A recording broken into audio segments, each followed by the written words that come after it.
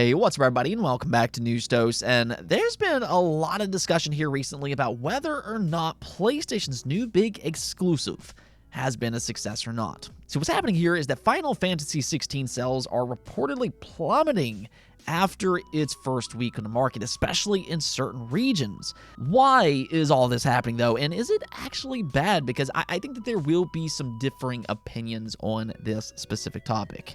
Also, with Nintendo seemingly opening the treasure trove to bring back some of their old games like Mario RPG, is it possible that we could see some more fan favorites like, I don't know, maybe Kid Icarus? I know I want that game personally. I've been asking for it for years and years. And, well, there has been a lot of rumors for its return here recently. Well, Sakurai did mention Kid Icarus in a recent video, and he may have given a little bit more clarity on the overall situation, so do stay tuned for all of that. As usual, though, do hit those buttons below if you're enjoying the content, but without a further ado, let's just go and jump into our first topic of the day, being about Peter Molyneux. I know I certainly didn't expect to talk about him today, but for those who aren't aware, Peter Molyneux was a key piece to several Lionhead games back in the day, such as Black and White, and then, of course, Fable. So, I mean, he has worked on some legitimately good games in the past, but even with a decent resume, he doesn't exactly have a great reputation among gamers. See, the problem with him is that he's often overpromised certain aspects to his games. You all know what I'm talking about if you were there, but he always seems to make things out to be the next big thing, completely revolutionary in every possible way. He's a great salesman, if anything else, but because he hasn't always delivered on those promises, again, fans, they don't always believe what he says at face value, and that continues on today with his latest tease here. I mean, I've already seen a lot of skepticism over this, but he just announced his Studio 22 cans for the first time, has him returning to console and PC development to work on a new game that he describes as an idea that's never been seen in a game before. Yeah, he's still all about that hype train. We all know how this works by this point, but he did say that unlike some of the studio's previous games, they will need the extra power of consoles and PC. This will not be another mobile game by 22 Cans. He also said that it'll be a more familiar environment. He described it as more similar to old Lionhead games like Fable and Black and White. So, I mean, if you're a fan of his old work, I get it. Peter Molyneux, he kind of likes to hype his stuff up a little too much at times. But again, he was a part of some good games in the past. So at the very least, we will monitor this game over time, and hopefully it'll turn out to be good.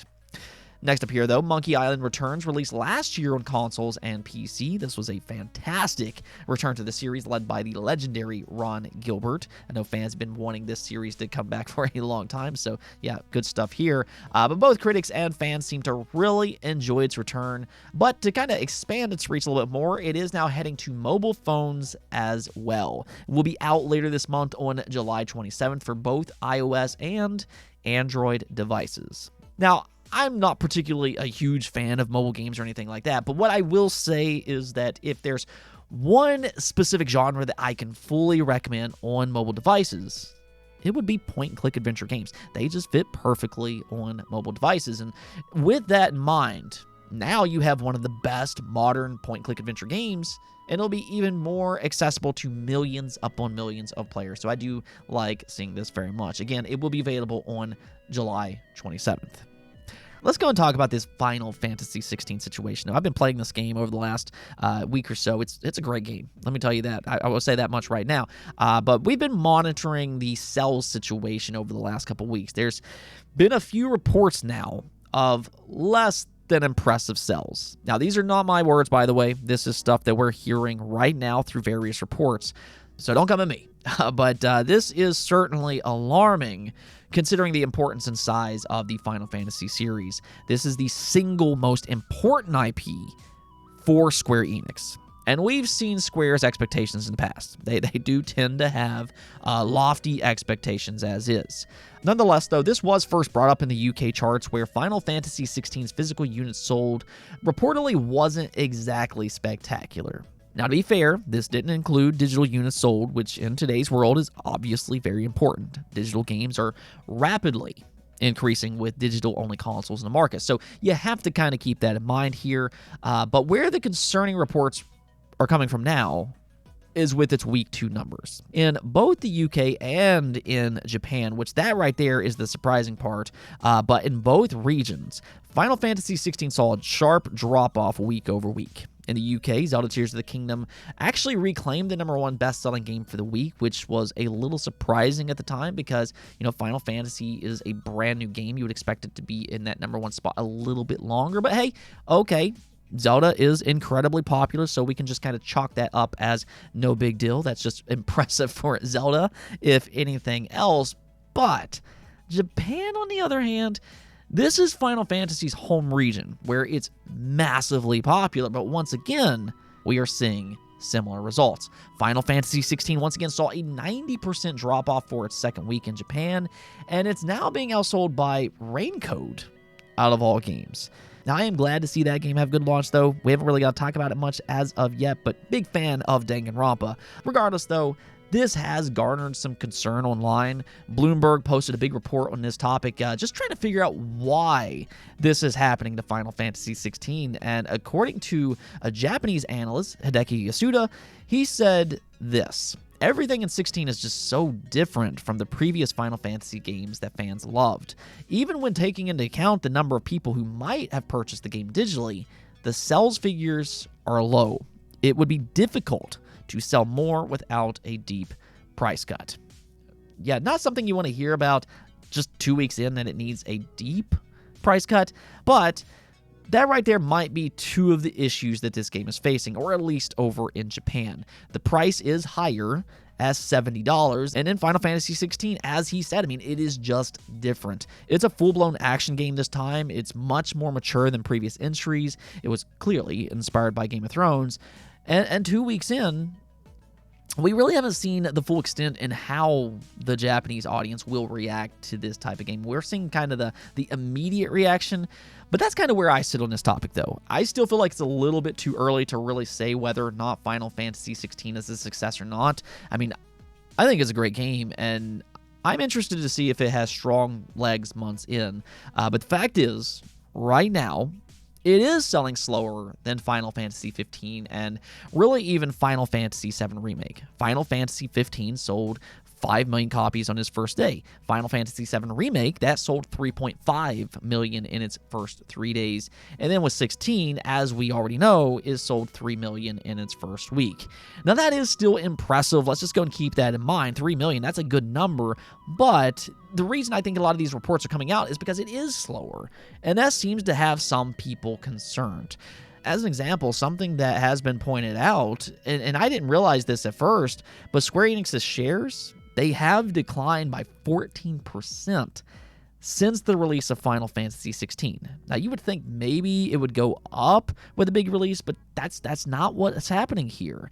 Now, is this a reflection for Final Fantasy XVI's launch, or is it for something completely different? I'd say it's hard to 100% know, but that is the key thing for me. We really don't know what Square Enix's expectations are. They're the ones that decided to make Final Fantasy XVI exclusive to the PlayStation 5, and surely they had to be aware that this would negatively impact its overall numbers. As much as some people like to act like PlayStation is the only important console for Final Fantasy, that's just not true. Final Fantasy didn't even start on PlayStation. Let's go ahead and say that right now. But we've now seen this for 2 games in a row. Final Fantasy 15 being a multi-platform release still remains the fastest-selling Final Fantasy game by a pretty large margin. It just had a much bigger install base to lean into. Now, we however don't know what kind of deal Sony and Square Enix made, though. As long as Sony paid a lump sum to make up that difference, then okay. That I'm sure Square Enix is perfectly happy. But I think even under those conditions, and this is just my own opinion, but Square Enix, I think that they're making some questionable decisions. At the bare minimum, I believe they should have released Final Fantasy XVI on PC. That could have been a big help. But even more so, I just kind of wonder if they're selling the Final Fantasy franchise short. Now, what I mean by that is, wouldn't it be better, and I've talked about this with Persona before, but wouldn't it be better to grow its fan base across multiple platforms rather than going with the short-term solution. Now, I'm sure they got that lump sum and everything. That's great for them. And maybe I'm wrong about this, but I imagine Square Enix wants to make Final Fantasy 17. They want to make 18, 19, 20, etc., etc. This is their biggest IP. So why not grow your fan base across multiple platforms that has a, that's going to give you a bigger user base to play around with anyways, but instead, they're kind of alienating all these other fans out there. That's all I'm saying. But even with all the concerning reports that's popped up here recently, I do still believe it's a little bit too early to kind of freak out with this one. For me, I'd say let's just kind of come back to this topic in 6 or so months and see how it's doing then. And really just kind of see Square Enix's reaction to this. Did it meet their expectations? And that's a very important factor that we just don't know about right now because, for one, we don't know what type of deal Square Enix and Sony even made. Now, over the years, a lot of fans have requested a return for various Nintendo franchises. Kid Icarus often topping the list. Wouldn't it be awesome to see this game return? I think it has so much potential. In my opinion, Kid Icarus Uprising is one of the absolute best 3DS games. Its control schemes, I get it, yes, was a little weird with its touch controls, but once you get used to it, it's a great game. It looks good for a 3DS title. The story is a lot of fun, and it's just by far one of the most overlooked Nintendo games to date. That's how I feel personally. This series has so much potential, but it only has potential if we actually get a sequel. So what about a sequel for the Nintendo Switch or even their next platform? Well, according to Sakurai on the latest episode of Gaming Concepts, he discussed the future of Kid Icarus, and this is what he said. It's a shame it's only lived on 3DS, as I'd love to play on a bigger screen with smoother graphics. Without a team around to work on it, crafting a follow-up seems difficult. So, just based on how he worded it here, it does kind of sound like this goes against some of the rumors that we've seen online over the last year or so. It almost seems like he worded this in a way that ruled out both a re-release, as was speculated, and then even a sequel itself, or at least for the time being. I guess if anything, there is a small silver lining here because he has once again gone on the record to show his love for Kid Icarus. He flat out said he'd love to play it on a bigger screen. So, if he could get a team together, who knows? Maybe then it'll be possible in the future. But for now, I wouldn't necessarily get my hopes up for a soonish announcement as some of those rumors have previously suggested. There's just so much potential with this series though, so hopefully we haven't seen the last of it. Let's go take a look at the poll of the day. Though we're asked you all, have you played the original Red Dead Redemption? And yes, most of you absolutely have, with 59% saying yes, 16% said no, but you have played the sequel, and then 25% said no, you've never played either. So even though the majority said yes, still 41% total. That is a lot of potential people that could possibly play the remaster, especially for the ones who played the sequel but not the first game.